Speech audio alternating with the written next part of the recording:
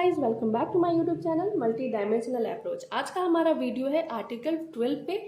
So earlier we had a discussion about fundamental right, जिसमें हमने देखा था that fundamental right is granted under part 3 of our Indian constitution.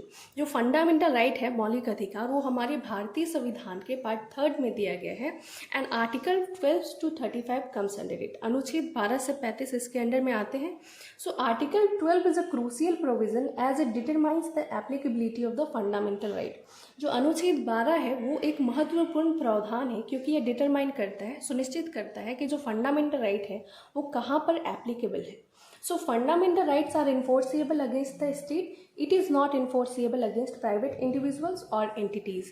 जो fundamental right है वो हम स्टेट के अगेंस्ट में ही इन्फोर्स कर सकते हैं, किसी प्राइवेट इंडिविजुअल्स या एंटिटीज़ के अगेंस्ट में फंडामेंटल राइट को लागू नहीं किया जा सकता है। It has been used to protect the rights of citizens against state action. So basically fundamental right का यूज़ करते हैं हम नागरिकों के अधिकार को प्रोटेक्ट करने के लिए। राइट्स ऑफ सिटीजन्स को प्रोटेक्ट करता है अगेंस्ट स्टेट एक्शंस या जो ड्रैकोनियन लॉज ऑफ स्टेट है, those law which are inconsistent with the constitution and not in favour of public interest. वैसे कानून जो संविधान विरुद्ध हो और पब्लिक इंटरेस्ट के फेवर में ना हो, तो वैसे कानून या एक्शन से हमें प्रोटेक्ट करता है fundamental right. So basically state किसे कहते हैं, व्हाट एग्जैक्टली स्टेट इज, तो आर्टिकल 12 में डेफिनेशन ऑफ स्टेट दिया गया है, राज्य का परिभाषा दिया गया है। फर्स्ट पॉइंट है central government and all departments organisations. केंद्र सरकार और उसके सारे डिपार्टमेंट्स, स्टेट गवर्नमेंट राज्य सरकार और उसके सारे डिपार्टमेंट्स, लोकल अथॉरिटीज़ में आते हैं village panchayat, PRIs Panchayati Raj institutions and municipalities.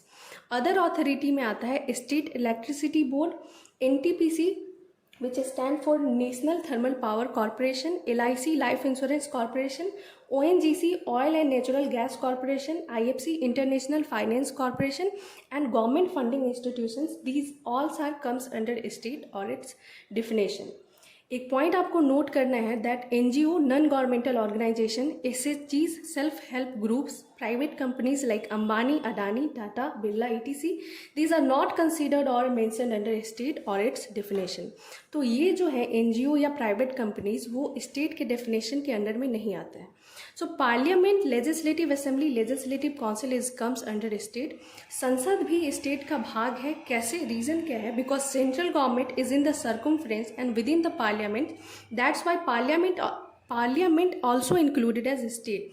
जो सेंट्रल गवर्नमेंट है, केंद्र सरकार, वो पार्लियामेंट के सर्कमफ्रेंस के अंडर में ही काम करती है, इसलिए parliament is also included as state. Similarly उसी तरीके से जो स्टेट गवर्नमेंट है is a majority party rule in the state legislative assembly and that is how it also comes under state.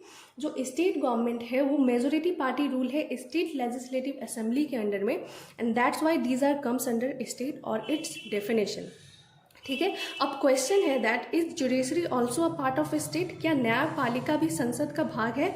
So yes, then how?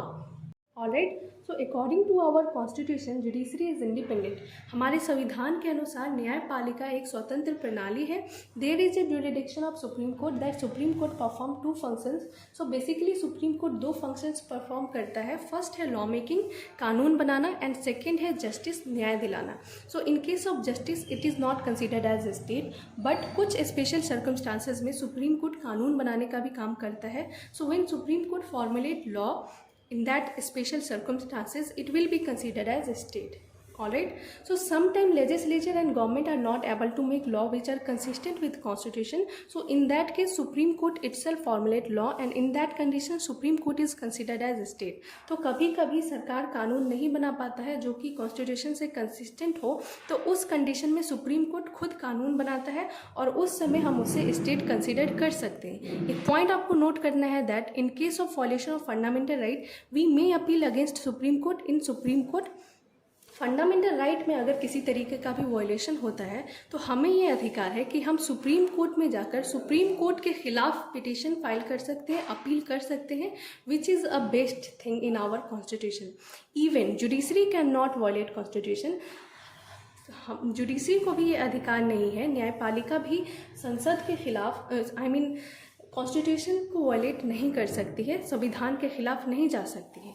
ठीक है, अब हम देखेंगे फंडामेंटल राइट से एसोसिएटेड सुप्रीम कोर्ट्स के कुछ राइट। फर्स्ट है PIL which stand for public interest litigation, जिसको कि हिंदी में जनहित याचिका कहते हैं।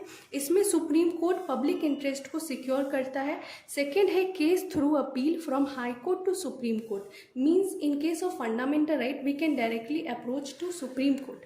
थर्ड है suo motu self consideration right. Suo motu का लिटरल मीनिंग होता है on its own motion, means fundamental right से रिलेटेड मैटर का पूरा कंट्रोल सुप्रीम कोर्ट अपने हाथ में ले सकती है और ज्यूरिडिक्शन दे सकती है without the involvement of aggregated party.